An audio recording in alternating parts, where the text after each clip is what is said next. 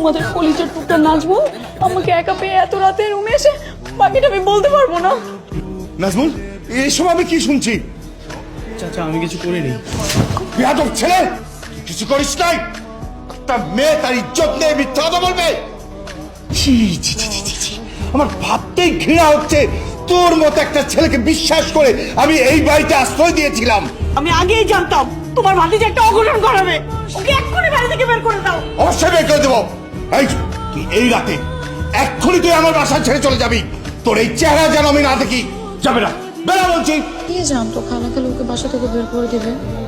আমি তো ভেবেছিলাম সামান্য বকাবকি করবে। কাজটা আমি একদমই ঠিক করিনি। তো রাতে কোথায় যাবে কে জানে। আমার ছোট ভাই নূর মোহাম্মদ, ওরাই তোমার পড়াইতে হইব। এর বিনিময়ে তুমি আমার বাসায় 3 বেলায় খাবা আর আমার লগে থাকবা, ঠিক আছে? আর যদি আমার ছোট ভাইটার পড়ালেখায় কোনো কমতি থাকে তাইলে কিন্তু আমি তোমার রাখতে পারবো না, সোজা বাই করে দেবো। না না ভাই, কোনো সমস্যা থাকবে না। আচ্ছা ঠিক আছে। সারাদিন কিছু খাইছো? না। এটা চেহারা দেখে বোঝা যেতেছে। আচ্ছা তাহলে আও, সেটা খায় নাও। কি করছিলে তুমি এখানে? সেটা তুমি জেনে কি করো? কি করছিলে বলো? তুমি এখানে বাসা করছিলে? হ্যাঁ, থাকার জন্য তো একটা বাসা দরকার। দেখো, ওই দিনের জন্য আমি খুবই লজ্জিত। আমি এখন রিয়েলাইজ করতে পারছি যে আমি তোমার সাথে কত বড় অন্যায় করেছিলাম। আমি খালাখালুকে মিথ্যে কথা বলেছিলাম। তুমি প্লিজ বাড়ি ফিরে চলো। যা হওয়ার তা তো হয়ে গেছে, এখন আর যে কি হবে। আমি আর যাবো না। তোমার করে বলার পরে বাসা ফিরে যাচ্ছে না কেন? অন্যের বাসায় আর কতদিন থাকবে, তাই নিজের ব্যবস্থা নিজে করতেছে। খুব মহৎ কাজ করছেন আপনি। শোনো, এখনই আমার সঙ্গে চলো। আর যদি না যাও, আমি আজকে এখান থেকে আর যাবো না। কারণ আমি তোমাকে খুব মিস করি। তুমি চলে যাওয়ার পর থেকে না আমার নিজের মধ্যে একটা অপরাধ বোধ কাজ করে। আর তাছাড়া তুমি নেই, বাসাটা কেমন ফাঁকা ফাঁকাও লাগে। একদম নাটক করবে না, আমার সাথে মিথ্যা কথা বলবে না। মিথ্যাবাদী। সত্যি বলছি, আমি একদম মিথ্যা কথা বলছি না। আমি সত্যি তোমাকে খুব মিস করি। আমার কি মনে হয় জানো, আমি এতদিনে তোমার শূন্যতা অনুভব করতে পারছি। কিসের শূন্যতা? তোমাকে না দেখে থাকার শূন্যতা।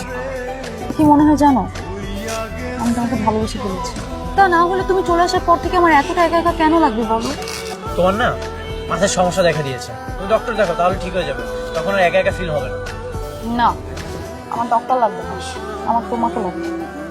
এখন চলো, বাসা ফিরে চলো। না, আমি যাবো। কেন যাবে না?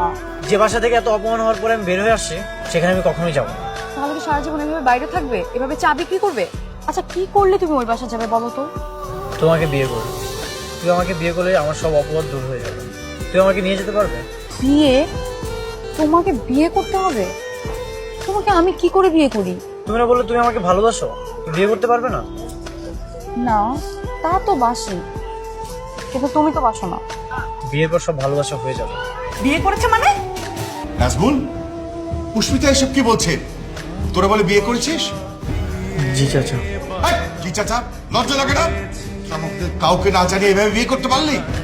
চাচা, সবকিছু এত তাড়াতাড়ি হয়ে গেছে যে বলার তেমন সময় পাইনি। আমি এখন তোর বাবা মাকে কি জবাব দিব? তুমি আর কি জবাব দেবে? তুই এক কাজ করো, বড় ভাইকে ফোন দাও, আমি ভাইয়াকে ফোন দিচ্ছি। এসো। তোমরা কি সত্যি সত্যি বিয়ে করেছো? হ্যাঁ সোনা, তোকে বলছিলাম না তোর ভাইকে আমি ফিরিয়ে নিয়ে আসবই, তাই বিয়েটা করতে হবে। তার মানে তোমরা দুইজন একসাথে এক রুমে ঘুমাবে? আমরা একসাথে ঘুমাবো, আর সাথে তুইও থাকবি, দুষ্টু একটা। না, আমি তোমাদের সাথে থাকবো না। আমি মা ছাড়া ঘুমাতে পারি না। আচ্ছা পুষ্পিতা, তোর কি মনে হয় বাবা মা কি আমাদের বিয়েটা মেনে নিবে? আরে আপু, তুমি চিন্তা করো না, বাবা মা সবাইকে ম্যানেজ করে নেবে। আচ্ছা এখন বলতো আমাদের দুজনকে কেমন লাগছে একসাথে? Just wow.